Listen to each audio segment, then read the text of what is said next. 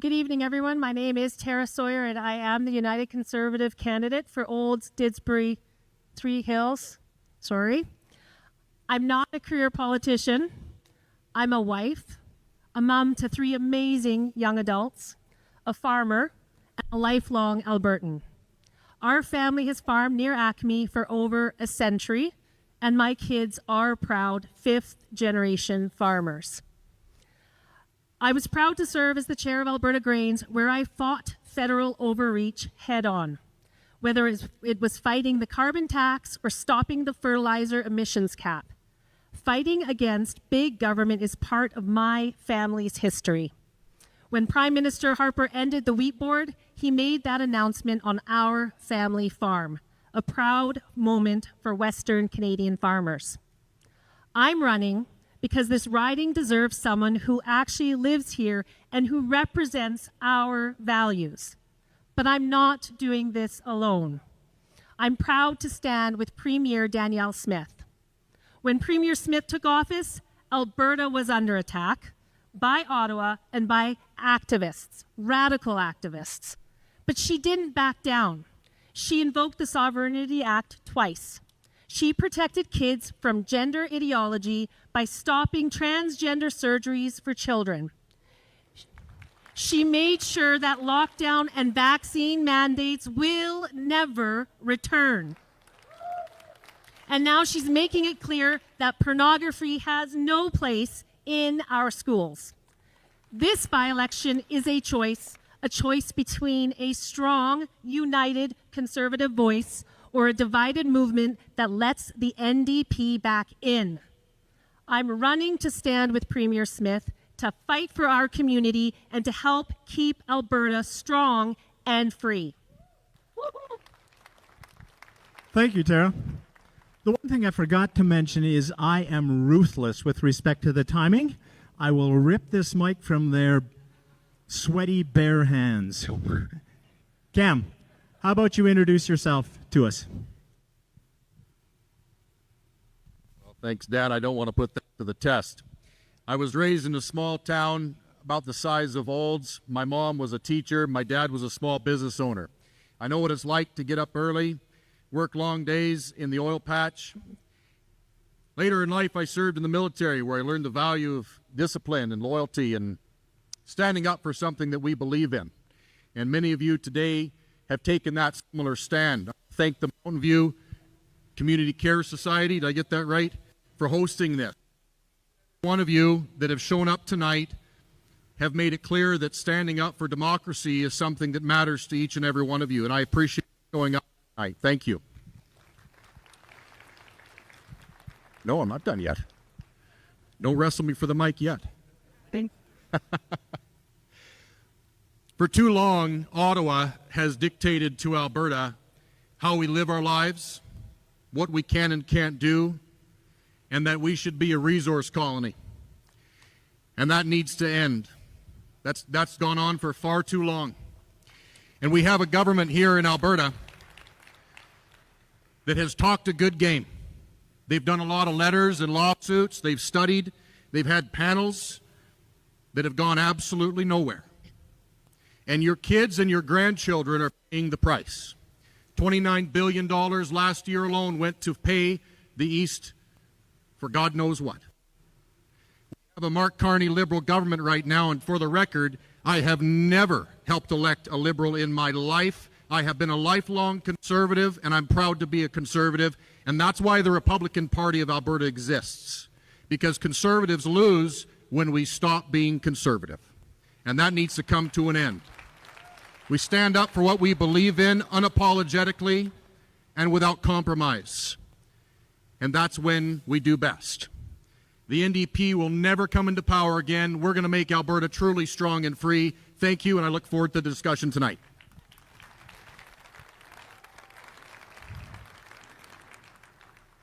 And just for your information, I did clear it with the candidates to be able to use their first names. I choose to be a little more informal than referring to them as Mr. and Mrs. throughout. So in any event, it was my call. Hopefully you can deal with it. Bill, please introduce yourself to us. Hello, I'm here with a promise that if you work hard, raise a family, love Alberta, we will have a great future and be prosperous together.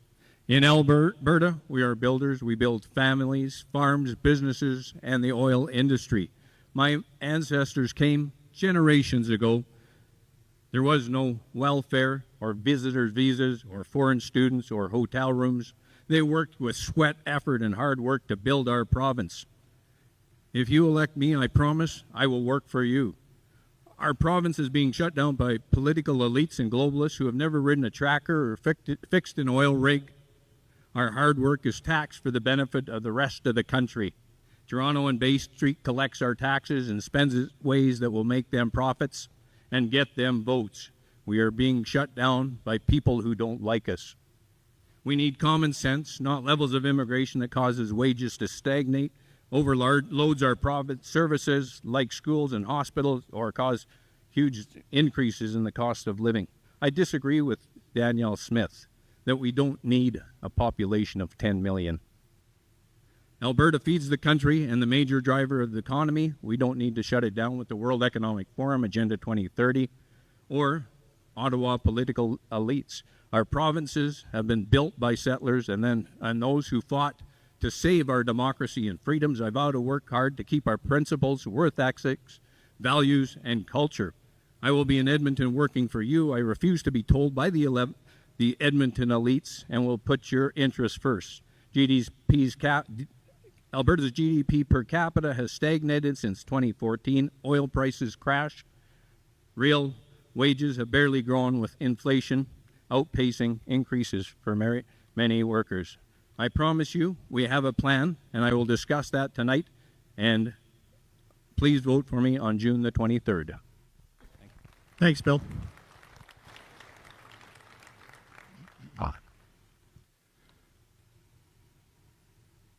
The first question is, Alberta teachers have voted in favor of strike action, with 95% of the votes cast supporting that move.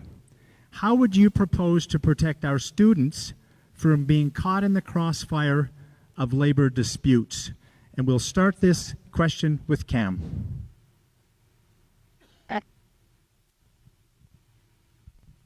What I didn't have enough time to mention is that because my mother was a teacher, she chose to homeschool my siblings and I. And one of the things that became very clear as a student was the disparity between educational choice.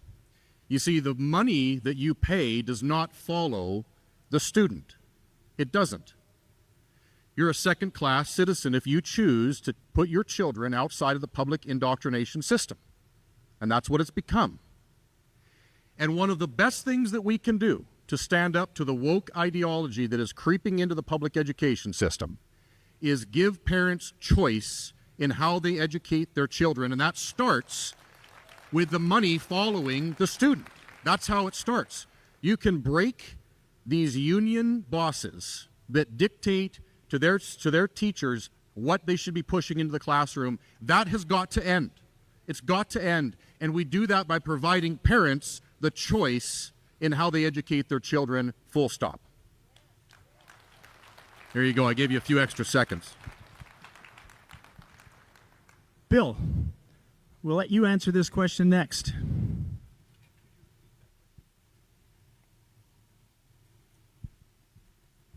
Is this your ploy just to get more time, Bill? Alberta teachers have voted in favor of strike action, with 95% of the votes cast supporting that move. How would you propose to protect our students from being caught in the crossfire of labor disputes? Well, I think that unions certainly are a problem in terms of their ideology, what they want to impose on our society. They become a very, very powerful group. Labor unions, we saw the battle that Danielle Smith had with them against the last election. That was a result of the huge amounts of money that they've been funneling into the system. They actually have their own political party that the public sector of unions funded, and that's the NDP. What I think we need to do is look at the unions, justify their existence and the amount of money that they spend across Canada. We saw in the last election just how powerful that union base is. In the previous election, Trudeau was elected by 5 million votes. One of the huge voting blocks that came out in favor of Carney were the 4.4 million government employees who are directed by their unions on how to vote, and more importantly, the $1,000 each puts into their union dues in order to be used for political activism. I think the unions need to be put in their place. They retire on huge salaries with gold-plated pensions, and they've built in some sort of a DEI philosophy to the school system that just has to go.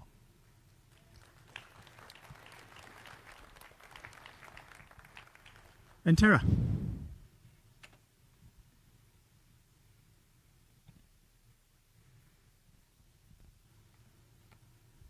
Just realized we have the 4-H timer there. My daughter is a new teacher, and I can tell you, she's worried about the fact that there's going to be a strike. She doesn't want to strike, and she cares about the students that she wants to teach. So I am hopeful that the mediation process that is ongoing over the next few months comes to a resolution. But I think when it comes to our students, the piece that I want to mention, the bigger picture, and it is the one thing we're going to agree on, is keeping the woke agenda out of the schools. And our premier is already doing that. As parents, it's our decision what our children are influenced. We want our values, not the activists. So I'm proud that she took that stand for us and for our children. Thank you.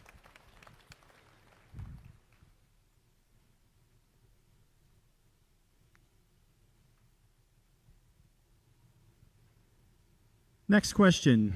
In 2021, the population of Alberta was approximately 4.2 million. Today, the population of Alberta is approximately 5 million. In 4 years, there's been an increase of 700,000 persons, many of which have settled in this corridor between Calgary and Edmonton, including our constituency. This growth has put pressure on all of our institutions, schools, hospitals, housing. First of all, can we sustain this level of growth? And if not, what do we do to control it? And we'll start this question with Bill.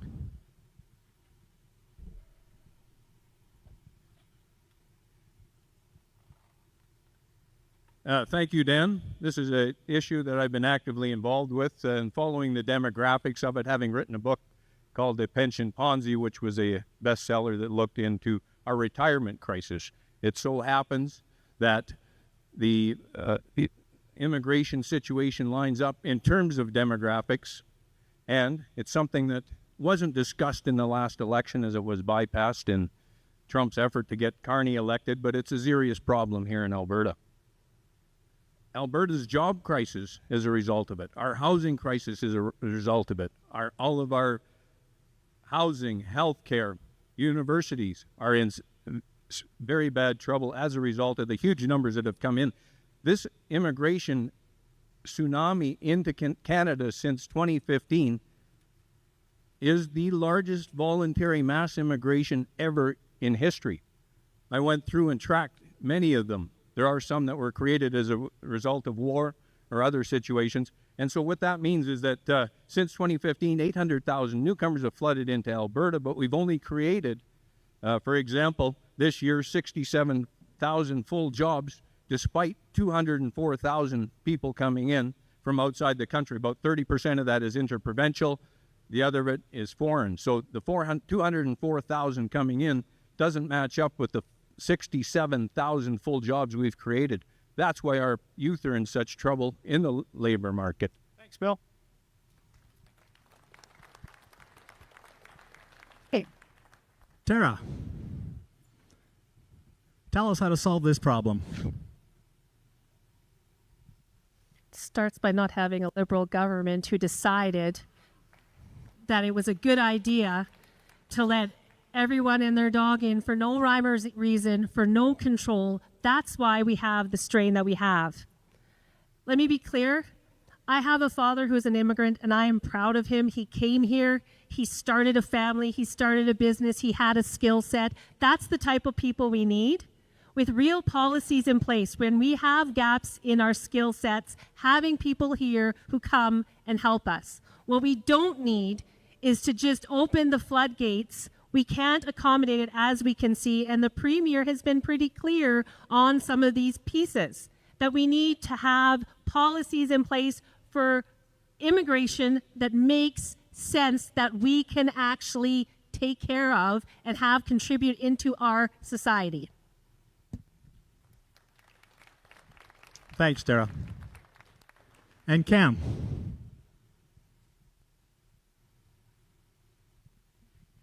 I don't know about you, but doubling Alberta's population from 5 million to 10 million is not common sense, and those were the words that came out of this Premier's mouth. That is not a conservative vision for this province. That is mass immigration, and it didn't start with Mark Carney, it started with Trudeau, and it takes a backbone to stand up to ending mass immigration. Doubling our province's population is insane. It's insane. Secondly, this government has spent tens of millions of your taxpayer dollars advertising Alberta is calling. Do you know where they advertised? Vancouver and Toronto. Is it any wonder that we see the votes come in this last federal election with the Liberals gaining ground? Our government has advertised to the most densely populated socialist parts of this country to move to Alberta. That needs to end. Alberta needs to be in control of our own immigration policy, just like Quebec has. There is no reason we can't do that ourselves. We can decide who fits best into the Alberta fabric, and we can make those decisions as Albertans, not dictated by Ottawa.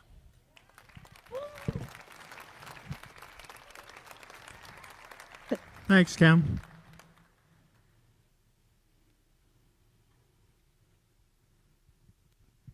Next question. When I look at all of the economic indicators, it appears as if Albertans are doing very well. However, I have difficulty understanding that, as one of the areas that MVF Community Care Society is involved in is assisting families in need in our community. In speaking with many of the families we assist, it appears as if they can afford the rent, the utilities, perhaps the fuel to travel to work, but then there is insufficient for groceries. Just prior to Christmas, we were feeding 12 families in our little town of Didsbury. Absolutely astounding for me. In any event, how would you propose we address that issue? Tara.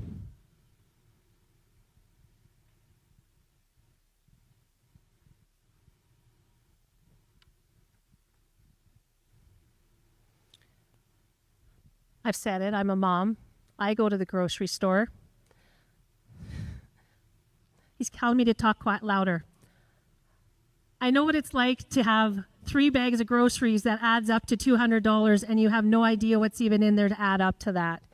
There's no question that there are families that are struggling. We're blessed to be in rural communities with food banks where we come together to try and help that. But what we do need to remember, half this problem, if not all of it, is a Liberal government who put in a carbon tax that was killing our industries. I know it's something that I fought under Alberta Grains extensively on behalf of farmers.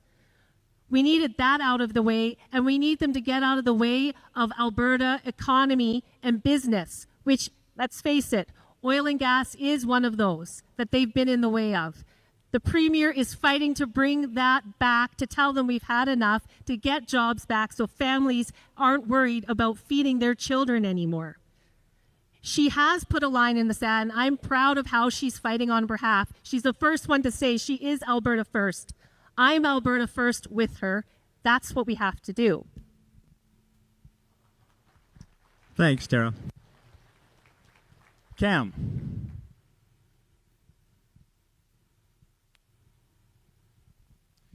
Affordability has, of course, been made weaker by the federal Liberals. We still have a carbon tax. In case we didn't know that, it still exists. And we haven't heard a peep from any conservative government here or across the country on fixing that.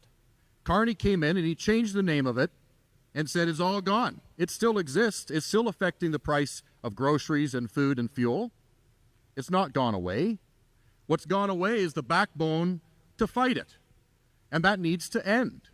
We talk about putting Alberta first. There hasn't been a single Canadian politician that has stood up to the Chinese tariffs on our agriculture. There hasn't been a single Canadian politician to stand up against the Chinese buying Alberta farmland. That needs to end. Yeah. Thanks, Cam. And Bill.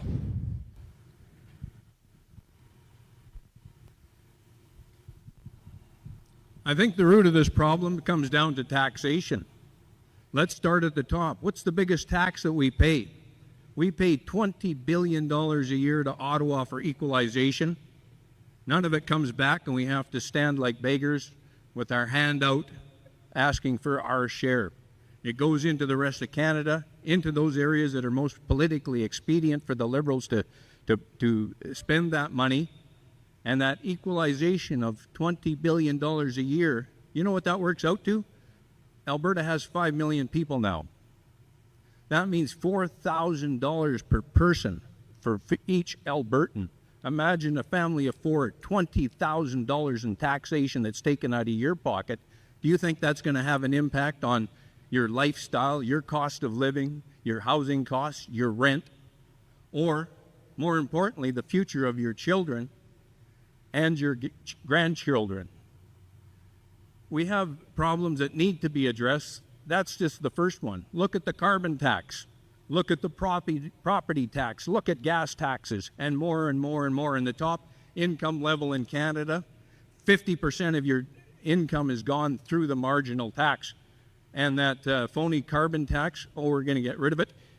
Let's go back to 1996 when Chrétien ran on a campaign to axe the tax.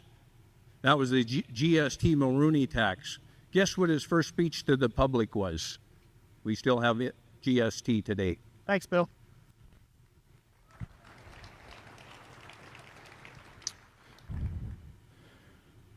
One of the issues we hear a lot about, of course, is the size of government.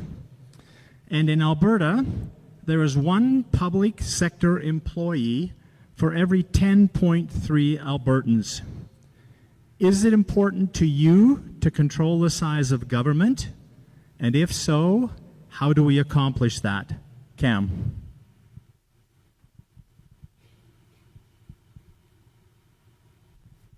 Well, we've got a broken healthcare system, and the UCP's government solution was to put 4 health ministers in charge of it and immediately growing the size of the bureaucracy.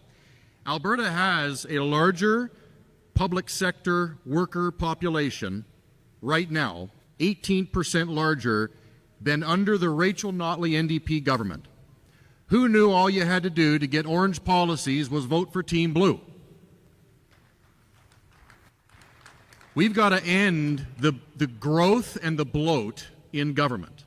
It's got to come to an end, and it starts with having a government that has a backbone to tell the unions and tell the public sector, we're not going to allow you to grow anymore. It takes a backbone, and if you want someone to fight that, I'm your guy. Thanks, Cam. Bill. Yeah, yes, to go back to that white elephant again, healthcare. It's the largest spending of our government in the province. This year, Alberta government is going to spend $28 billion. Do you think our healthcare is working? Good. It had a 5.4% increase last year. What we would like to see would be some sort of a combination of privatization in conjunction with the public health care system to make it more efficient, more effective for everybody. It's a disaster here in Alberta. It's one of the worst in the country. Some people wait 66 weeks for health care. Canada is short 22,000 doctors, and only 1,300 a year are graduated. So it comes back once again to the size of that bloated public sector. We could see in the last federal election how powerful those 4.4 million public sectors were in getting Carney elected. Public sector has exploded from 3.6 in 2015 when Trudeau was elected to over 4.4 million today. One of the ones I find really funny is the CRA, our tax collection. In 2015, we had 40,000 tax collectors. Today, we have 60,000. Let's contrast that 60,000 for the size of our population with the United States, and they have only hired 90,000 CRA tax collectors. Thanks, Bill. And Tara.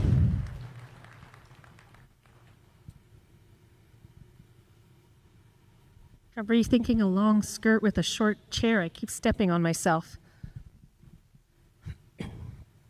I don't disagree that we often have too much bureaucracy. But what I do know from my time with Alberta Grains is we did advocate for red tape reduction, and the government did respond, and we've seen improvements. Now, I'm going to talk about healthcare for a minute here, because I see it a little differently. I like that the Premier has separated it out to have one set of eyes on each piece. Yes, there's problems in healthcare. It needs to get fixed. She recognized that.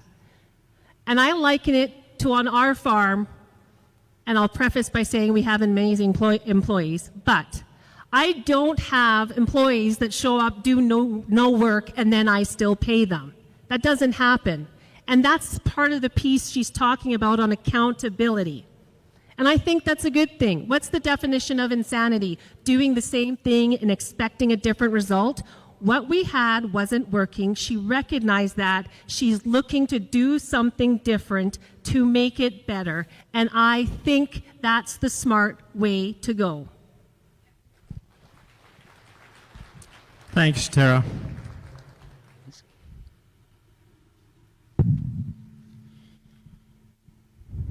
In a government publication entitled The Spirit of Alberta, Alberta's Cultural Policy, it states, Alberta is a unique and distinctive part of the Canadian mosaic. We are a bold and freedom-loving people of many backgrounds. We cherish the land that is our legacy and hold dear our independent ways of thought and action. At the heart of our understanding of culture is the idea of personal and provincial identity, of community, of a shared heritage. We believe that culture is the glue that connects us as individuals to our communities, fostering unity, civility, a sense of belonging, pride, and caring for fellow citizens. That's the statement the government has made. I wonder if you agree with that statement, and have they been successful in managing that result? We'll start with Bill.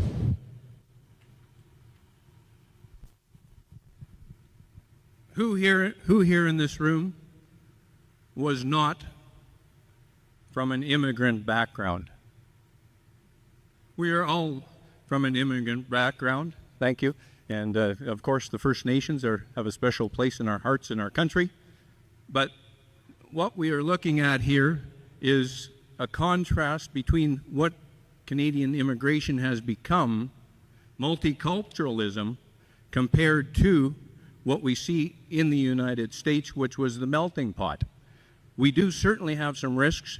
If you look back over the last century, what were all of those wars created? Often it was about ethnic differences, it was about religious differences, it was about sometimes political differences. We risk that in Canada, and we need to find some way to control, put a moratorium on immigration. We see in the employment numbers in Alberta that we have enough to last us for several years at this point in time, and be aware of the risks and dangers of that multiculturalism. Some of our cities have become completely multicultural with one culture. Markham, Ontario, with 80% Chinese.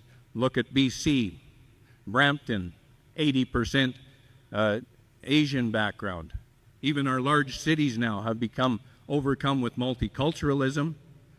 Both Edmonton and Calgary are 60% multicultural, and Toronto has recently become 80%.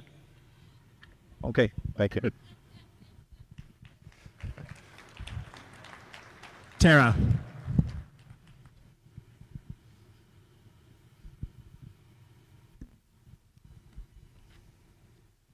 That. I see this question a little differently because I see it through the lens of someone who lives in a rural community. And we are blessed in understanding that a rural community is different from being a voice for the rural way of life and the way of doing things and thinking of things. And that's something to be protected. Thanks, Tara. Cam.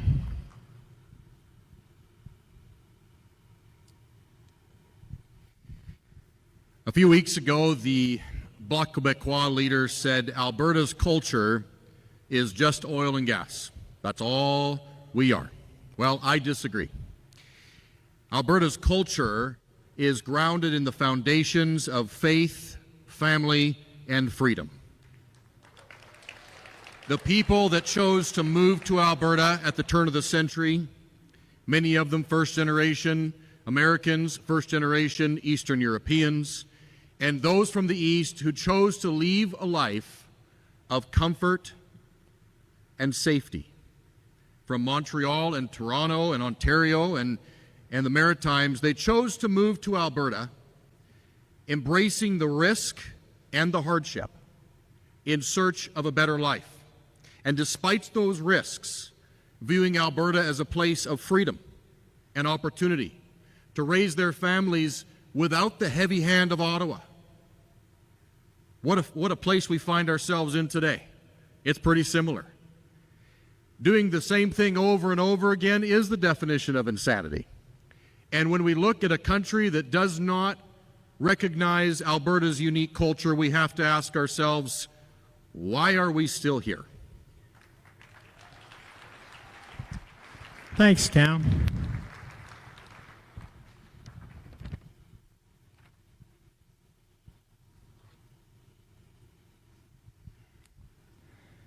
So in an article from the C.D. Howe Institute, January the 14th, 2025, entitled Comparing Canada's Healthcare with International Peers, Canada ranks 9th out of 10 countries, performing below the international average in access to care, administrative efficiency and equity, and ranking last in timeliness.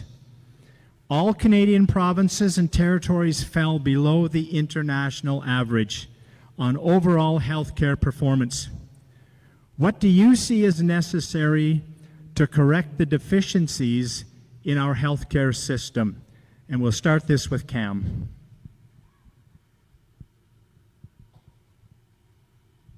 The first step is getting politics out of healthcare. That's the first step. There's been a lot of focus on how to improve healthcare, but when we look at the actions that have been taking place, there's a government that seems to be more involved in putting their fingers into what procurement pile should be into what organization, what minister goes into what column, instead of focusing on, I don't know, a novel idea. Maybe we should have more frontline workers instead of managers for managers for managers for managers. We used to believe in these things as conservatives, that focusing on frontline workers, making sure that regional decision-making is prioritized instead of, I don't know, a tower in Edmonton that gets to dictate how service is provided in rural Alberta. That's got to end. Bring back decision making locally as possible, whether that's our health services, our firefighting, and our policing. Those decisions are made best when they're closest to the people they serve. That's how we start. Thanks, Cam. Bill.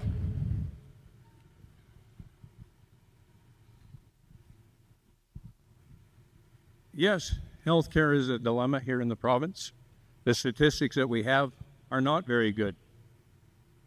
$28 billion a year is spent on healthcare, and that was 79%.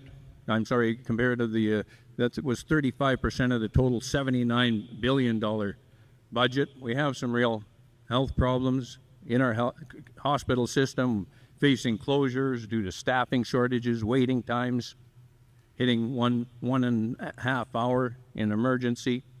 Some waits for non-emergency medical services stretching into 66 weeks.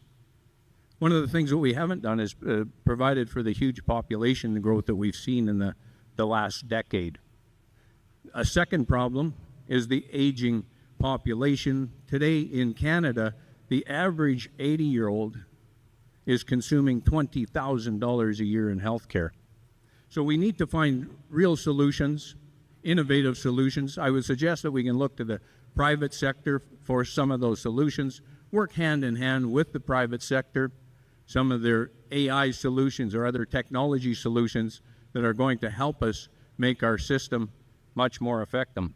Our $28 billion must be used to fix rural hospitals, hire doctors, prioritize Albertans, and look after our system.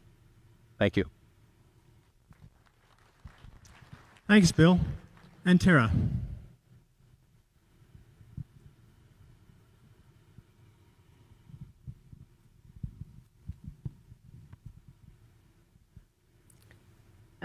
I've been walking the doors all across this constituency. Obviously, healthcare is a concern, and I understand why. I'm going to go back to what I said before. Accountability will make a difference. The Premier recognized that there is a problem within AHS, which is why she did that, so that we can start getting services for people, so that we can reduce the wait times. So I don't think it's a wasted effort to have that type of oversight, so that we can get the dollars where they need to go, and so that we can get more of our frontline workers the support they need. It's as simple as that for me. Thanks, Tara.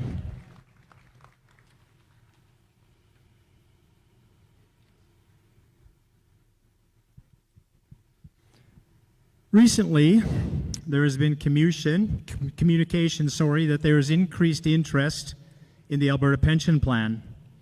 And along with that is the continued discussion on a provincial police force, collecting our own taxes, and reviewing the transfer payments that Alberta makes.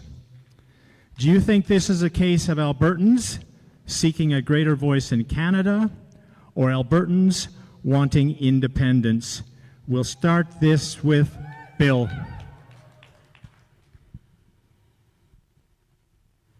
Yes, we have certainly seen a major surge across the province, an interest in becoming independent. There's 3 levels of discussion currently in play. One of them is, hey, let's just get what Quebec has. Those things that Dan mentioned are what Quebec has. Its own tax collection, its own pension plan, its own police plan. Our plan at the Wild Rose would be to start, first of all, with the police. Is it going to help us in independence having RCMP that are managed from Ottawa? Next, we have to secure our own taxation. We send all of our money out to Ottawa, out to the east, and they spend that not on how it's going to benefit us, but how it's going to benefit the major voting blocks that they look after. The pension issue, knocking on the door, there's a lot of apprehension about moving away from the CPP and the status quo. There are certainly a lot of issues concerned with the CPP, the way it spends its money on DEI initiatives, globalist initiatives, investing it in China. So this is a topic that needs further discussion, needs a lot of discussion. There was a projection that Canada would walk away with $330 billion of the total plan. That's about half the plan of what exists today in Canada. That doesn't sound realistic, but I hope you pay attention to what the issues are and get to understand so you can vote. Thanks, Bill.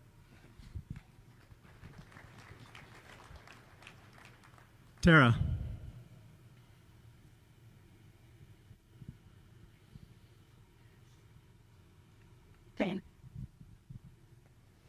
I do think it's a sovereignty discussion.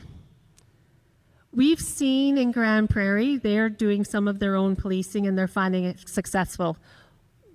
But we are a grassroots party that believes in hearing from the people to make the decisions, which is why when it comes to the topic of policing or the CPP, the government is saying if that's what the people want, we'll have those consultations, we'll give them that opportunity. If a referendum needs to be called, that's the will of the people, we'll follow the will of the people. Let me be clear, I'm as frustrated with the Liberal government and the unfair deal Alberta has been getting, just like everyone else. We have that conversation at my dinner table, I hear it from my friends. But I think what's important is for everyone to recognize that we need to stay strong, united, conservative, fighting for the interests of Alberta. And I will tell you, this Premier has been the strongest to stand up for us, and I think half the doors I went to said since Ralph Klein, and I would probably agree with them. He's the first person I ever got to vote for when I was young, and I loved him. And to me, she is strong like that. So, I got my 10 seconds. I'm out, but you're not hooking me. I'm off. I'm going to be respectful of the talk. Thanks, Tara.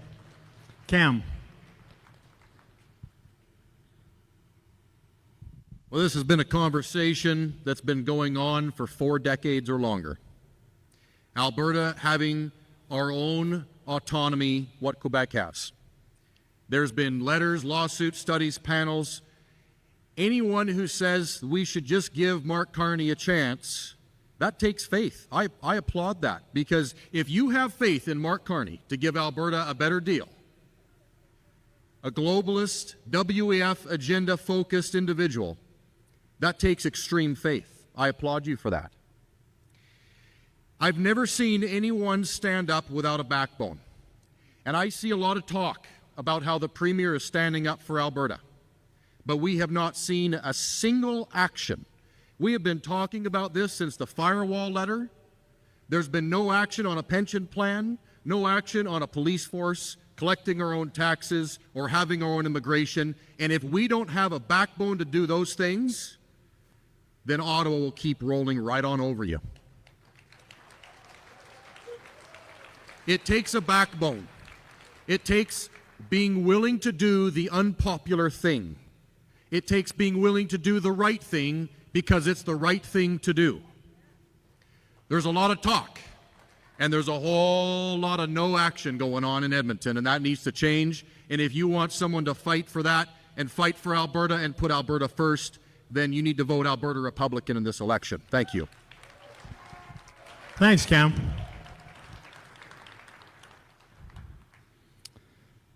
Tara, can you join me here, please?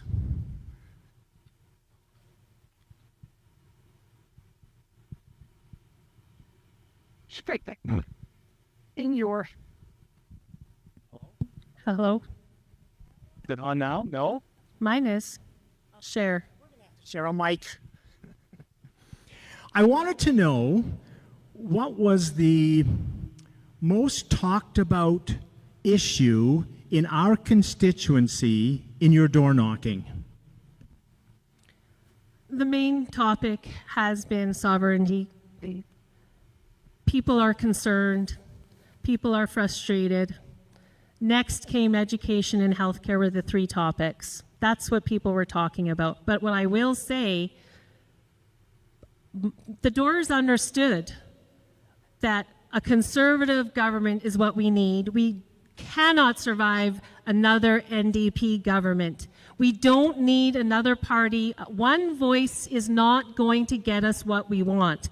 A strong conservative government is what's going to do it. And to be clear, in this riding, I don't want us to lose our voice.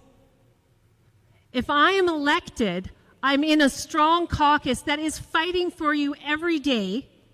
And I'm sorry, but our premier is strong. She is intelligent, and so are the MLAs underneath her. And I would be proud to stand with them to defend what everybody wants. I have spent the last 8 years as the chair of Alberta Grains, Alberta Barley before that. My job was to be the voice for the barley and wheat producers of Alberta, and it was for this whole riding. You are part of Region 2, which I represented. And my job was to listen to the producers and advocate for them. So I know how to do that. I'm not afraid to give my opinion, and I'm not afraid to stand up for what's right. Don't leave, young lady. Do you want the mic back? So when you're at the door and you mentioned they're afraid of losing their voice, was that a consistent comment that you were receiving? The consistent comment was, we don't understand why. We need someone else. We're going to get stuck with an NDP government. They get that. And they get that the Danielle Smith is fighting. Yes, people are frustrated, but they are seeing movement. She drew a line in the sand, and people respect that. The Conservatives of our riding are frustrated, but they do believe in her, and they want a strong Conservative government, because not one of us wants the NDP. And if you don't think it's a vote split, you're wrong. That's a vote split. The NDP are laughing right now, hoping we're going to be divided. The Conservatives of this riding cannot divide. We've seen it happen before, and disaster struck. Let's not do it again. Thanks, Tara. Now you can sit down. Bill. We're going to have to share a mic too, Bill. So in your door knocking, what's the primary issue that people have been telling you? Oh, there's a range of issues that they're talking about, particularly about health care. They're talking about crime, rural crime. In Alberta, rural crime is 34% higher than crime in the cities. They're talking about our youth. Where are the jobs for them? We've got huge numbers of youth that are looking for jobs, and they can't compete in the marketplace, except at the low end. Once again, due to the 800,000 people that have come in just the last 10 years, we've got to dig really deep to come up with some very serious solutions. We are here in a democracy. We're blessed to be in a democracy, and a democracy comes from the Greek word demos, which is the people, and kratos, the power. One of the things that I find that too many people are apathetic, and they said, wow, is there a by-election happening? And don't seem to be aware of all of the issues that are happening out there. They've lost faith in our politicians. They don't think they work for the people anymore. They're working for the Edmonton elites. They're working for the Laurentian elites, or they're working for the globalist elites. What I would like to do is make sure that during this election, we have open dialogue, debates, discussions in the media, and open democracy once again. So, Bill, don't sit down, Bill. No, don't run away. Do you realize that this group of people here this evening is missing one of the most important hockey games of the season? So there goes your apathy. Anyways, when you're at the door and they're saying healthcare is a concern, are there specific issues that they're raising with respect to healthcare or crime, or is it just a general concern? Yes, everybody has their own specific issues. I had the pleasure of going up to Ponoka the other day and met with one of my colleagues who was helping me out with the election. When we went into one of the storefronts in downtown Ponoka, it had previously been a fentanyl den. There was filled up this high with debris and other stuff. Yesterday, Crime is a big issue. Calgary just announced an emergency warning. Be careful in your homes. There's break-in entries during the night when people are home. So there seems to be a lot of social stresses that we haven't really faced before, that we're not prepared for. We need leadership from the people that tell us what's happening, help us make the decisions. Everything in our democracy seems to come from the top down. And we have a responsibility, because we live in this democracy and we've been blessed this democracy. The only way it's going to work is if we get involved. Thanks, Bill. Okay. Cam. So, have you done any door knocking? A little bit. Well, in that little bit you've done, what sort of issues have you encountered at the door? The people in this riding are tired of the toxic, abusive relationship with Ottawa. They're tired of it. Because they see the impact on their everyday life. $29 billion a year being funneled to the east when our roads are in poor condition, our hospitals and schools aren't being built to counteract the mass immigration that is pushed on us from Ottawa. There's a number of issues that are a direct result.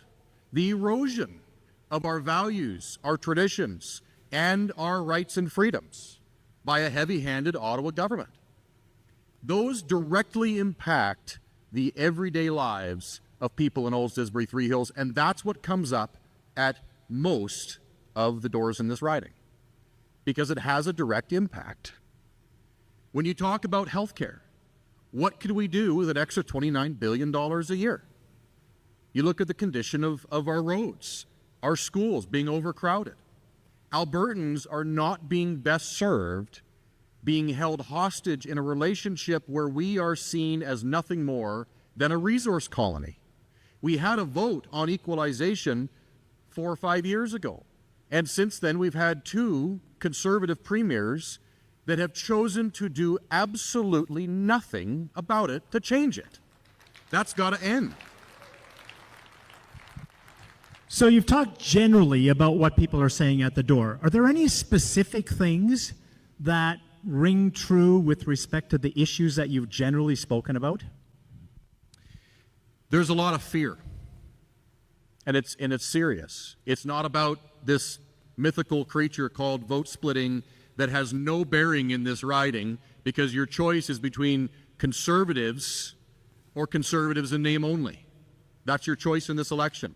It has nothing to do with voting in the NDP. I think I might have counted 3 lawn signs from the NDP in the last week. They're not existent here. You have a real choice in this by-election, and that's between your conservative values, fighting for Alberta first, not Alberta next, or the alternative, embracing the status quo, giving Mark Carney a chance. That's your choice in this election. But the fear is, what will your children and grandchildren face in a Mark Carney Canada? He's only been in power for a very short period of time. Trudeau said a budget will balance itself. Mark Carney says, I don't need a budget. I'm just going to spend your money whether you like it or not. Being shackled to that abusive relationship is the most terrifying thing that your children and grandchildren will ever face. That is the most terrifying thing. Don't sit down, Cam. Thanks. So if you are elected as the representative for Olds Disbury Three Hills constituency, what do you understand your responsibilities to be? I'm a fighter. I don't back down. I won't be told to sit down and shut up. The UCP did have several strong MLAs. You know what they did with them? They threw them out for standing up for their constituents. And if you elect a UCP MLA here, they'll be put to the backbenches. They'll be told what to say, how to say, and when to say it. You will not have a voice that can stand and fight for you, because if they do, they will be no longer a UCP MLA. They'll be an independent. And again, in the scenario where you're elected, how do you propose to communicate with us, and how do we hold you accountable? If you don't like the job I've done in 2 years, then please kick me out. Please. You hold politicians accountable by staying involved and showing up, just like each and every one of you have done here tonight. But it doesn't end. An election doesn't end in our responsibility as voters. That accountability is day in and day out. Make the MLA for this riding stay in contact, attend meetings, participate, hold them accountable. That is the missing component, and that's why our government, under the previous administration, was allowed to get so heavy-handed with mandates and tyranny. They were allowed to do that because we were not involved. That's how it was allowed to happen. And so how I'll stay in contact, we'll be holding town halls. You'll hear from me more than you probably ever want to. Many of you, I've handed out my number at your door. And I've told you, if you have questions, call me. Don't be afraid to ask the tough questions. Don't be afraid to reach out. There should be a lineup around MLA constituency offices because people of Alberta need to stand up and stay involved. It's when we're not involved that things go sideways. That's got to change. Thanks, Cam. Bill, so if you are elected to represent our constituency, what do you understand your responsibilities to be? I see our responsibility as MLAs to talk to you, talk with you, hear what your challenges are, what your wishes are in our government. You, the people. The people don't seem to have a voice anymore. There's too many interests in our economic and political society that are causing and creating problems. We have our initiatives that come down from the top. I had a good friend, I ran his leadership campaign election, Drew Barnes. He was one of the ones that Cam spoke about. I thought Cam had some very good points there. We need to bring people interacting with their government, telling the government what to do. That Greek word for democracy was the power of the people. It wasn't the power of the politicians. We've had it with the elites. Time is up. We need to listen, and I'm going to represent you with my best hard work, effort, values, principles, and my protection of our culture. And it's great that you're out here this evening, and I wonder who's winning the game. Thanks. Don't sit down, Bill. Don't sit down. So again, same question that I asked Cam. How are you going to communicate with us, the voters, and how are we able to hold you accountable? One of the platforms of the Wild Rose Loyalty Coalition is what we call real recall. How many times have we seen politicians completely ignore the wishes of their voters? Cam mentioned this, but it's a very valuable policy that we need to put in place. The government has made some willy-nilly claims towards recall, but it's not real recall. We need to make a commitment to you. Please, get rid of me. We've made it easy. 50+1 are the votes that we received. And we deserve to get another go at it with somebody who's more responsible. That sends a message to the politicians. We're stuck here in a party that some call a uniparty. There's no breaking out of it. We saw that in the federal election. I think we suffer from the same problem here. I like Danielle a lot. I think she's being swayed by handlers that aren't guiding us in the best direction of the people. They're guiding us into what's best for them. I guess I like Danielle. I was on her show several times when she was on radio in Calgary. I spoke about pensions, and one time she asked me to come on and say, "Hey, Bill, can you explain to me what Agenda 2030 is?" So, yeah, we will see where that leads, and we're going to hold her accountable as a party on her right. Thanks, Bill. Thanks, Bill. Tara.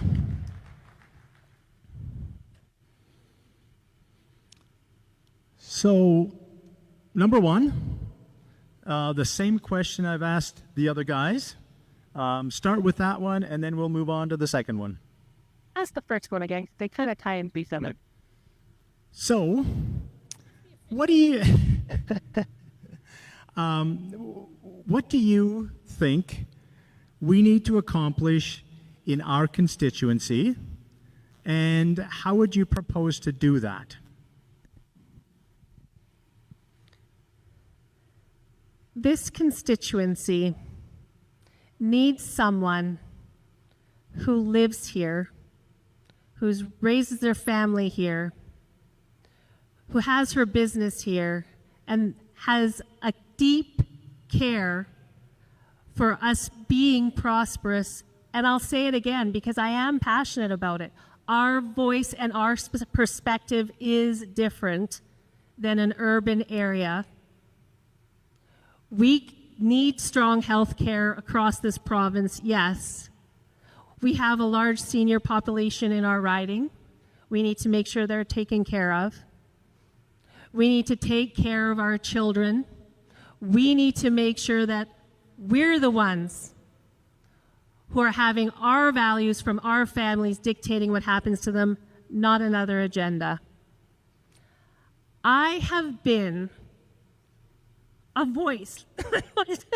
There goes my voice. Sorry. I have to get my water. Pardon me. Oh, sorry. I need my tea. Tickle. There goes my time.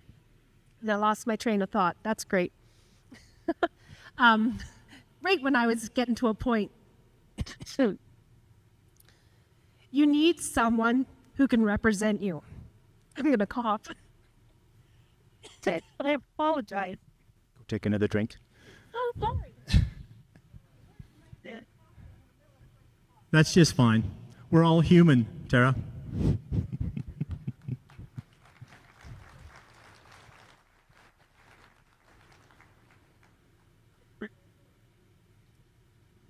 I'm not doing this to get more time.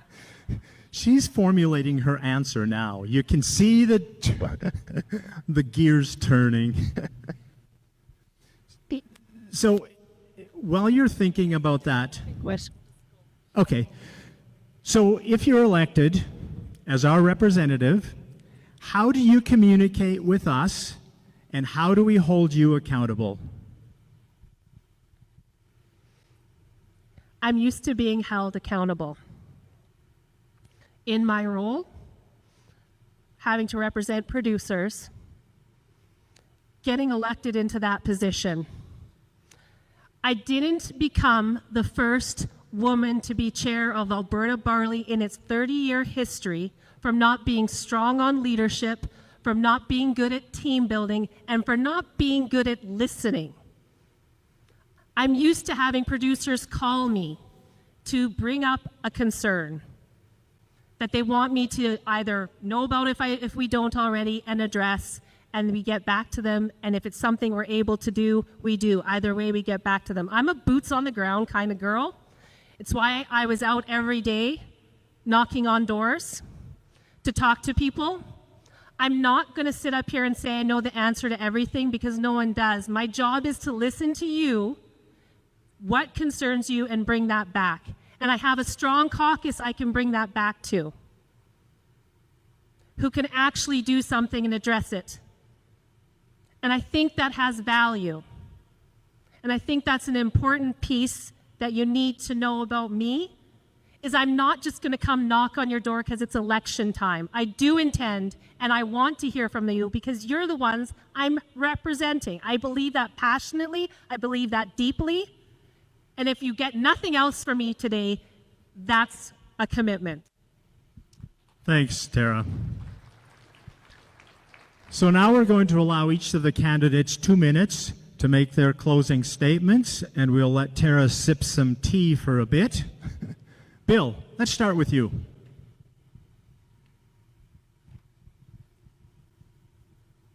Thank you for coming out and participating in democracy and joining our event this evening. Thank you to the organizers. Thank you to my fellow candidates, Cam and Tara, and the passion that they've shown here this evening. It seems like Alberta is under attack. The people are under attack from the political elites, the Laurentian elites in Ottawa, and globalists as well. Our local politicians are told what to do by the Edmonton elites. I promise I will work for the people of Olds, Didsbury, Three Hills. We have to return democracy to the people. Our system is one where every year we go out, talk to the politicians, hear what they have to say. They spend millions of dollars. They pretend to listen and try and convince us that they will work for us. But after the election, all is forgotten. We have to wait another 4 years. They call this democracy. Our small businesses, farmers, oil and gas workers work hard to make our province more prosperous for all. Make Alberta prosperous for our children and our grandchildren. We need to stop working for the elites and take back Alberta. The important thing is to get out to vote. It's you who are going to create the solutions. The crisis hitting the province is too big for anyone to stand on the bench.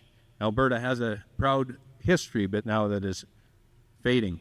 I had a grandfather who I respected who had a wonderful quote that I use often. He was a small town doctor in Depression era Saskatchewan. He has a famous quote, "Great provinces fail because people grow weak and faint-hearted, but a nation is built on the dreams that will not let them die." I would ask you to trust me with your vote on June the 23rd. Thanks, Bill. Cam.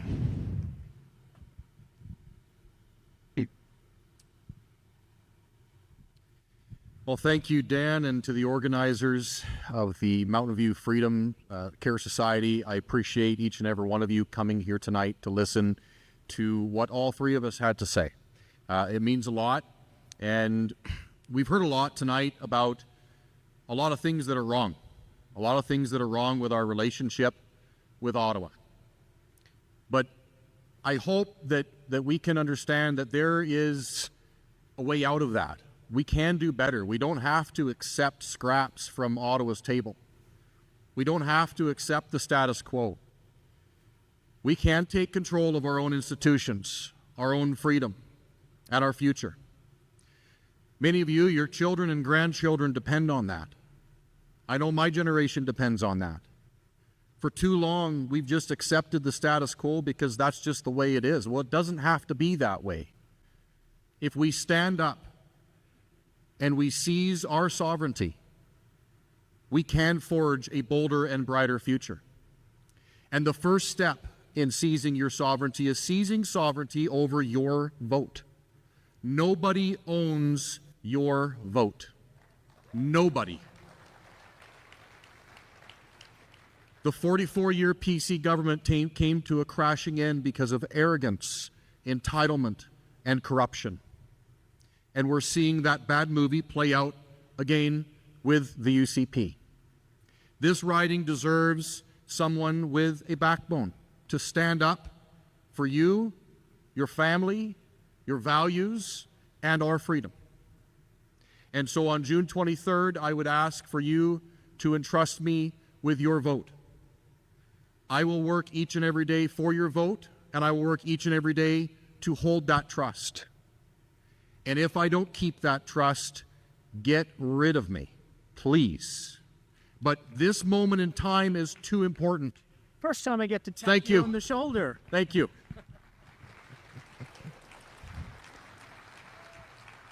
And Tara.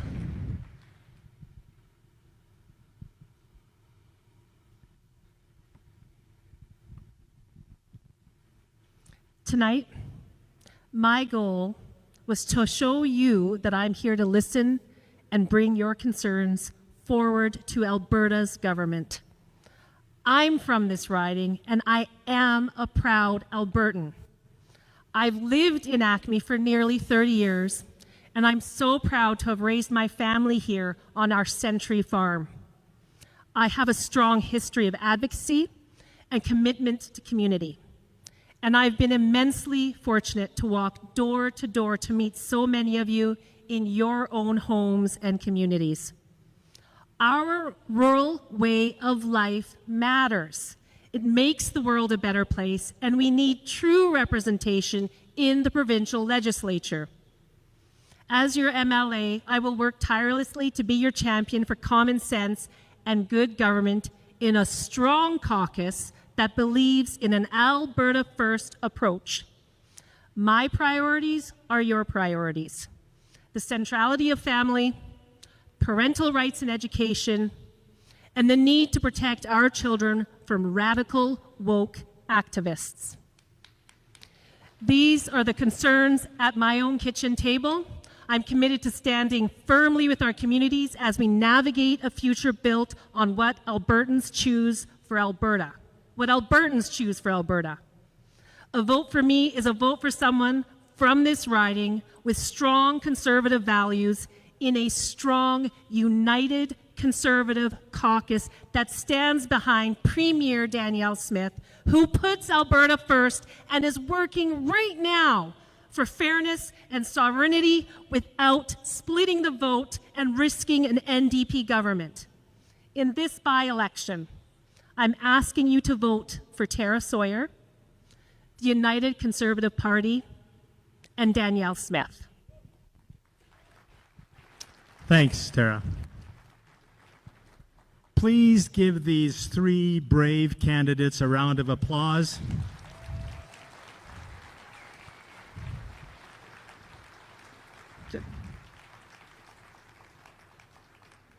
Thank you so much. We've greatly appreciated the information each of you has given us this evening, and I trust that this has been helpful in you making your determination about who to vote for. Again, as I said in the opening, the purpose of this is to give you information so that you are informed with respect to the vote that you are going to cast in this upcoming by-election. Now, our three candidates have volunteered to answer a few questions from the crowd. So if you want to ask a question, please form a line on my left-hand side, the right-hand side of the building. And as you can see, I am ruthless with the mic. And so you must present a question within 30 seconds of me holding the mic in your face. First question. And there's been a lot of talk about common sense, and that healthcare has a big part of that. There needs to be performance-based healthcare versus budget-based healthcare. I have two knees that I had to go to Mexico for, and my question is, how will you make healthcare performance-based versus budget-based? Can I have a second little question behind it? Quickly. Okay, accountability. Our doctors are allowed to prescribe opioids to opioid addicts. We are trying to have a handle on opioid addiction. Got it. So do you want to answer the question? We'll ask Tara that question. Okay, Tara. Well, I think the Premier has actually addressed that performance-based question of yours. It's why she wants to move to that, where we already have facilities who do surgeries, but you get paid for the surgeries we do. And she has said already that those places are doing more versus just giving the money and it's not going to the surgeries, so they're doing less. So she's already said that step. That's where that accountability comes. That's where the money is going to go. That answers your question. And I am concerned about the opioid situation. I can't fully answer that one for you, but I do think it's a problem. I will say I don't I don't agree with giving people with an addiction more drugs. What we need to give them is facilities, and the premier part of that new program is to have places where they can go to get the help. They need mental health services and the support. That's where they need to go. So that's the other piece. There's part of that plan that she's already said. She recognizes that. It also will alleviate the pressure we have in our emergency services, which is where a lot of the homeless and those with addiction issues go. We need to put them to facilities where we can get them the help they need. Thanks, Tara. Cam, 30 seconds. We have a system that rewards perpetuating the ailments. It's no wonder that we have doctors pushing MAID on young people. It's because they get paid a certain amount per operation. They get paid a certain amount based on the procedures or the medications that they're prescribing. We have a system that wants people to be sick because they make money off it, and that's what's got to change. Thanks, Cam. Bill, 30 seconds. Yes, there's certainly a lot of issues with our healthcare problem. I think one of the things that needs to be done is mandatory rehabilitation for anybody that's suffering one of our fentanyl, opioid addiction problems. It was interesting that Polyev during the federal election mentioned that 47,000 people had recently died from opioid fentanyl overdoses. 47,000, that compared with the total amount of Canadian soldiers who died in the Second World War. Thanks, Bill. At 45,000. Next question. My question is, what are you going to do about the death cult in our culture? Abortion, MAID. Will one of you please stop my tax dollars from killing innocent babies, seniors? Please hear my cry tonight. Who do you want to answer that question? Who do you want to start with? Bill. Okay, Bill. Yes, we have to return to our Christian faith-based reality. Something's gone horribly wrong with our government systems where most of this DEI, anti-culture, anti-humanity culture seems to be pushing from. A lot of this is infiltrating in from the globalist initiatives. Some people suggest that it maybe has something to do with population control or euthanasia. Let's elect politicians that are going to protect our people. Thanks, Bill. Cam. I've got veteran buddies that have severe challenges with their health. And when doctors want to push the first option as being, well, would you like to end your life? We have a serious, serious problem, not only in healthcare, but in our culture. And Alberta could have our own law on how we view life and stand for life if we were out from under the thumb of an Ottawa government that believes in death. Thanks, Bill. Tara. We're going to get a panel that kind of agrees with each other. Look at that. We're not that far removed. I do think that's a concern. I do think that that is not the answer. Got the question ready? I have a difficult time thinking that we have people in distress and that's the first thing someone thinks to say to them. I'm going to go back to having mental health help for them. Thanks, Tara. Mr. Hozak. Mr. Hozak's oldest son, actually, but in any event, thank you. I have a quick question for the crowd. Is there anyone here that would hire someone and say, if you show up on Monday, I'll give you a good wage, a company credit card, and an expense account? Is there anyone here that would do that? Because if there is, I'd like to start on Monday. But anyway, my question to the three candidates, I want to thank all three of them for putting it out there and being ready to represent Alberta. I like what Tara said about a handshake kind of people. We don't need legislation on real recall. What I would like each of you to answer is, our real recall in the Wild Rose Party is 50% plus one of the people who voted can recall you starting on day one. So Cam, we're not giving you 2 years, we're giving you starting on day one. I'd like each one of you to say yes. Okay, recall. What's your position on recall? Did you notice Danny was trying to hold my hand there? I know. Yes, as I acknowledged before, the Wild Rose Loyalty Coalition has done a lot of work on recall, and it's at your option. 50% plus one of the total voters that candidate received. The province has introduced recall, but has made it too inhibitive to be realistic. So that's what our plan is, and I think that is important. Engaging the recall. Great question, Danny. Recall for too long has been a buzzword, with the bar set extremely out of the reach of voters. And so I would agree that recall needs to be an attainable threshold. It is not an attainable threshold right now. I've worked on many recall campaigns trying to recall some very socialist individuals. And absolutely. I think that's a great threshold. And that's of the voters. Okay. Done. Thanks, Cam. Tara. It comes down to accountability, right? And being able to say we're not happy. I kind of agree with it. I'm going to keep it pretty basic. I would hope that it would never come to that you would feel that way about me, because I believe in engaging with people and I believe in representing them, not my own interests. That's my job as an MLA, is to represent what you feel and what you think. So if I'm engaging with you, I hope we never get to that. Thanks, Tara. Hi there. Thanks for everybody for showing up. My question is going to be around the upcoming referendum. What is each of your stance on the referendum? We say that there's too much bureaucracy.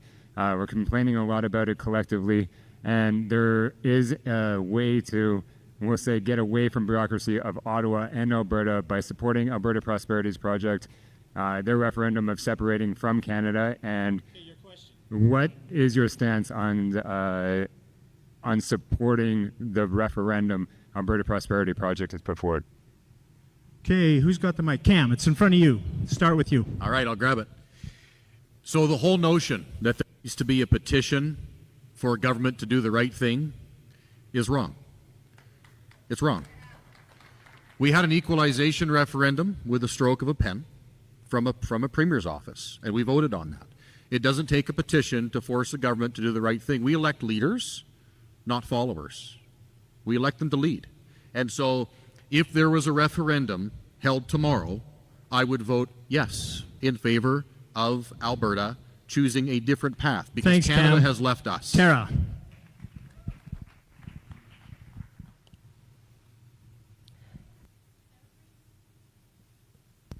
Every person's voice matters in this province. And so I believe it's important for everyone to have an opportunity to express their vote, which means get the signatures. I'm proud that the Premier acknowledged and she made the numbers less, and she's honoring a referendum. I would honor a referendum, but it has to come from everyone. I don't think we want to go into a society where suddenly a decision Thanks, is made Tara. for us. Bill. Yes, that's democracy. Hearing from the people. We need a referendum. And this gentleman up here this evening, he's got an event on Sunday. I would encourage you to have a look at his banner on the back there. Now you're doing ads, Bill? I'm sorry. Anyways, thanks for your question. For Mr. Davies, has anyone costed an independent Alberta with the cost of border immigration customs at every border highway on Saskatchewan and BC, military, police with no 30% Government of Canada contribution, embassies around the world, and so on? And as a teacher of 40 years and subbing for 15, I'd like to apologize for teaching the woke curriculum that the Alberta government develops, not the ATA. So, the cost of separation, I understand that's the question, Cam. There's nearly 200 nations around the world that have figured it out, and I believe that Alberta has the resources, the people, the resilience, and the grit, and the know-how to do it ourselves. And when you look at all of the institutions, Canada does not provide those. Our tax dollars do. Where does the money come from? It comes from Alberta, and that money can be served best in Alberta with our own institutions just fine. Bill. Yes, that's it. Once again, that's the question for the people. I think it's a very important question, and I would urge you to become educated, learn more about it, and share it with your neighbors and friends so that we can all make the decision that will be best for the future of our children, our grandchildren, and make a more prosperous Alberta. Tara. I don't have a number for you. What I have is the fact that I've spent the last how long fighting a Liberal government on behalf of farmers where they're wrecking our industry. That's where my focus has been. And so I'm not going to be able to give you a number of what I think that costs, because what I've been focusing on is having a strong Alberta, getting that government out of our way so we can do our business, so I can continue to feed the world. That's what I've been focused on. I'm a teacher who sees issues with classroom complexities. My question is specifically for students. How will you put individual students first? Okay, individual student first. Tara. First of all, I want you to know that I respect teachers. We have dear friends, and now I have a daughter. And I will say, I've heard from them, and I've heard from her perspective. While she went through her practicum the last 3 years, she's been covering a mat leave she just finished. And so I heard from her the fact that there is an issue of not having support in a classroom. So, and the needs of students in there. To me, I mean, I do absolutely agree. Thanks, you need Tara. support. You need more support Cam. in the classroom. You need help. My mom was a teacher, and she understood all too well that not every child learns the same. There is no one-size-fits-all for education. And because of that, parents need educational choice for their children. That's how you support families, that's how you support the students, and that's how you support teachers. Bill. I'm sorry, I spent my life in the financial field, and I'm not sure what the solution is to that, and that would be certainly something as your MLA. If you elected me, I would research diligently. Thank you. We have a long line yet, and we only have like 5 minutes. So if the people from here back want to find a table and arm wrestle to see who goes next, you're going to let her get away with that? Anyways, we're just not going to have time for everybody's questions. Sorry. No, go ahead. Go ahead. There's probably a few people who have this question. So, working with youth and family for 30 years, prevention is the way to do everything. I have heard nothing about prevention of killing babies, killing our elders, the stuff they're spraying from the sky. Okay, we've had that question already, so we'll move on. Yeah. Someone asked earlier about the death cult. Well, this is a question for Cam. I wanted to give you a chance to resolve something in your opening statement about not working for a Liberal. In 2023, the BC Liberal Party changed its name to BC United, and then you worked for that party in the 2024 BC election. How do you resolve that obvious contradiction between what you supported last year and where you are now? Yeah, so the BC Liberal Party did change their name, and they were the only government in British Columbia that ever defeated the NDP through a free enterprise coalition. For many years, the Conservative Party of British Columbia was called the BC Liberals. That's what they called themselves. And so I did support candidates in British Columbia that were trying to defeat the NDP, and I am not ashamed of that. I have worked in many campaigns to defeat the NDP. I've been a lifelong Conservative, and I'll continue being a lifelong Conservative. Thank you. Thanks, Cam. I don't think anyone else needs to answer that. It was directed at Cam.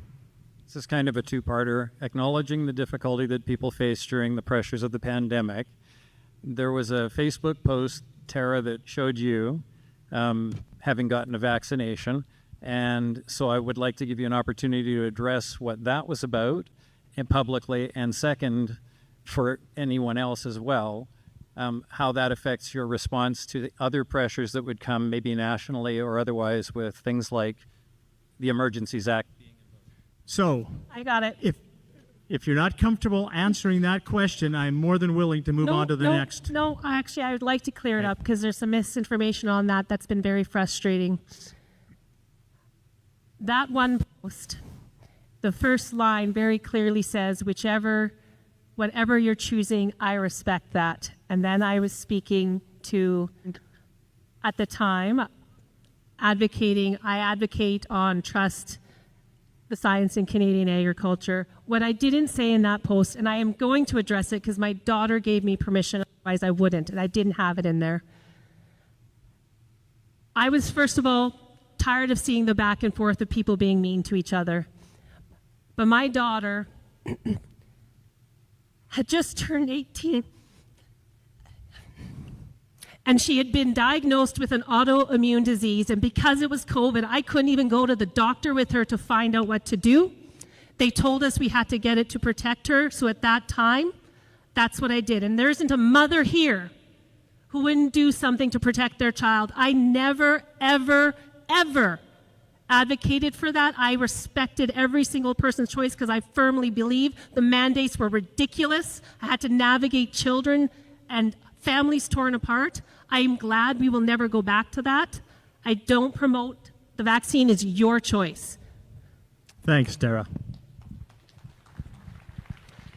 We were told to trust the science, and in the name of science, we had fences go up around churches. We had lives and livelihoods lost. A very dear friend of mine did what he was told to do. I was serving in the military at the time, and he took his second jab. We were on a 5-mile run, and he had a heart attack right in front of me. I chose not to trust that science. I took a stand. I filed a lawsuit against the Biden administration against the mandates because I believe in freedom and standing up against government tyranny. I know where I stand on the issue, and whether you agree or not, that's who I am. Thanks, Cam. Bill. It was a horrible evil that was afflicted upon the people of Canada, in fact, upon the people of the world.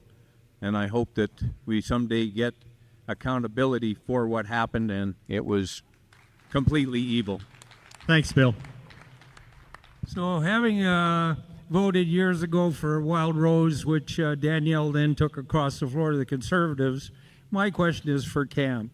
Will you lobby as a representative of Olds Didsbury to get a proper regional hospital in Red Deer instead of all of us towns being stuck in the city hospital till 2 in the morning? Cam. Healthcare should be regional. Decision-making in Edmonton is part of the problem. Care should be as close to the people it serves, not hundreds of kilometers down the road. That's how we solve access to health care in our communities. We start by making sure that the access capabilities are as close to home. And so if we need a hospital here, I will fight relentlessly to make sure that we get one. Thanks, Cam. A regional one. Correct. Bill. They all go there. And that's stupid. Go.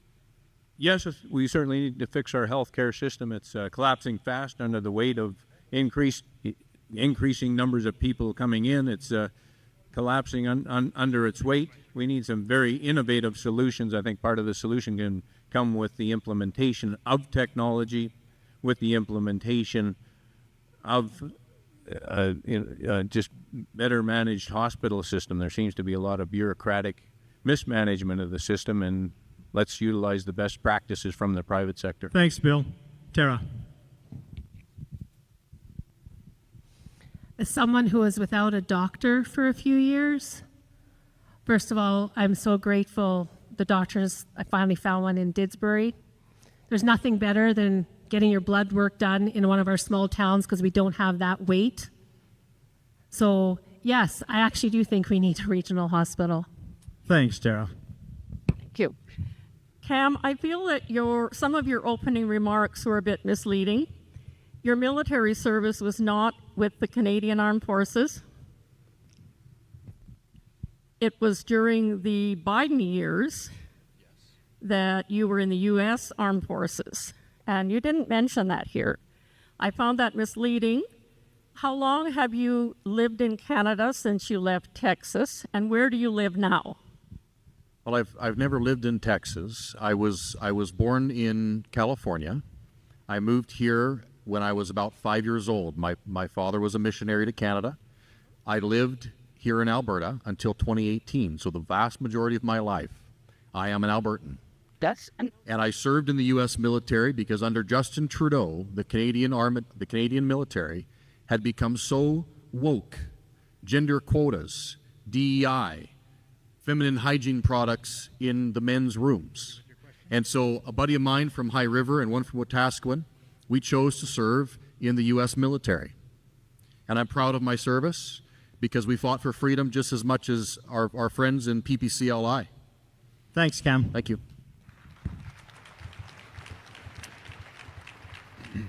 Tonight there's been a lot of talk about democracy, and this is what we're doing right now.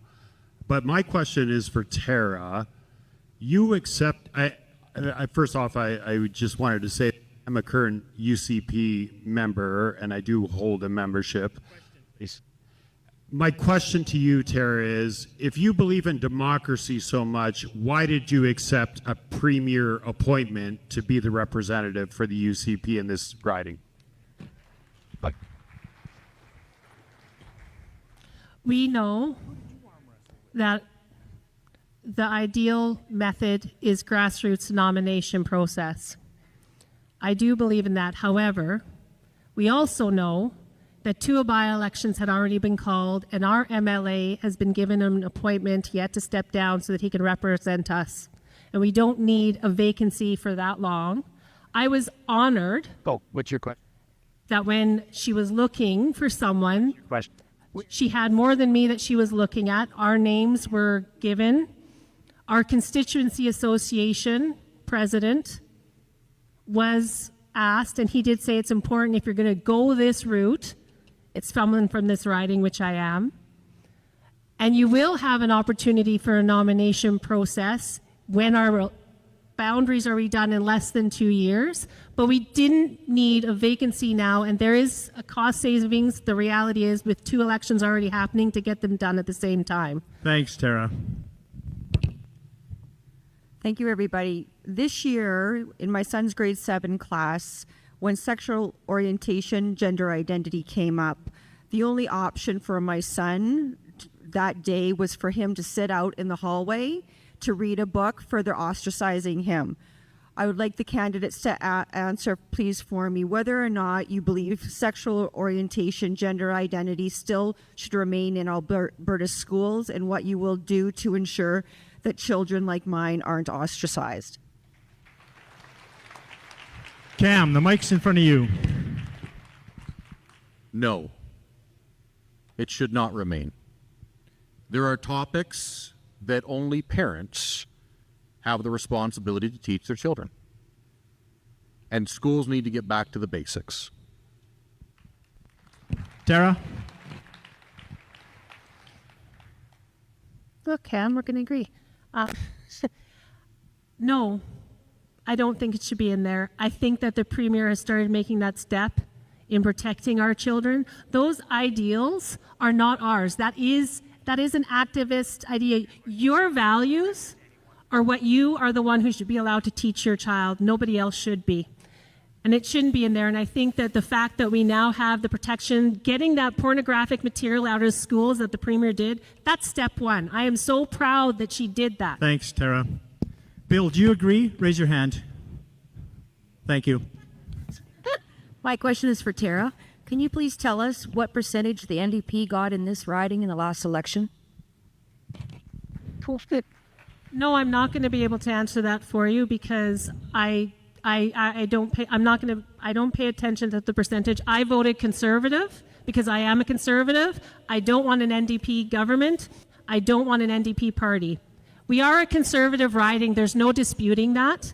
I don't take for granted, and I said this on almost every door, Just because we're a conservative riding does not mean I take for granted having to earn the trust of the people in this riding, which is why I went door to door to talk to every person that I could. Thanks, Tara. Cam? I can answer that for you. I've been a UCP member for a very long time.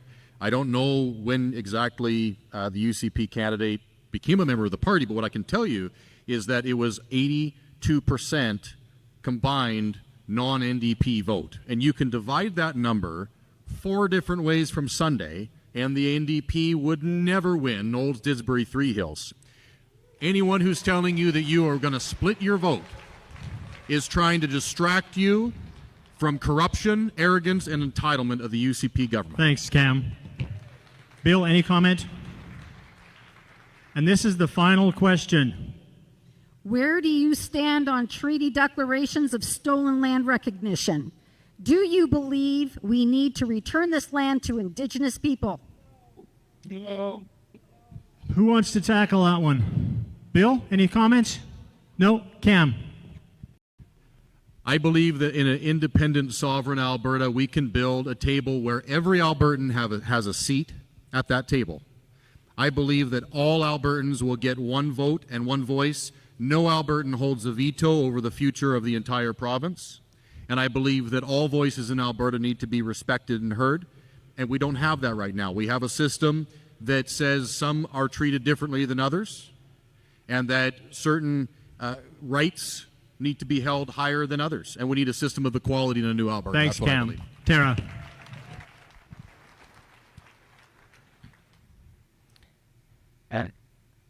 The Alberta Grains, used to be Alberta Barley Commission, is a nonprofit, levy payers. Because we have to lobby government in that role, I didn't carry my membership because we need to appear neutral no matter who is in. That does not mean I don't bleed blue. So that's what I'm going to comment on that piece. Thank you.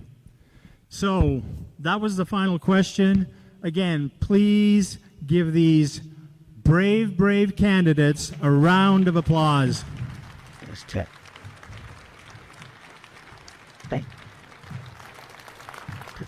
Now, they each have a table set up in the sort of corner back there. If you've got additional questions or comments, please have that conversation with the individuals that you need the answers from. Again, we want you informed when you are casting your ballot in this by-election. Thank you.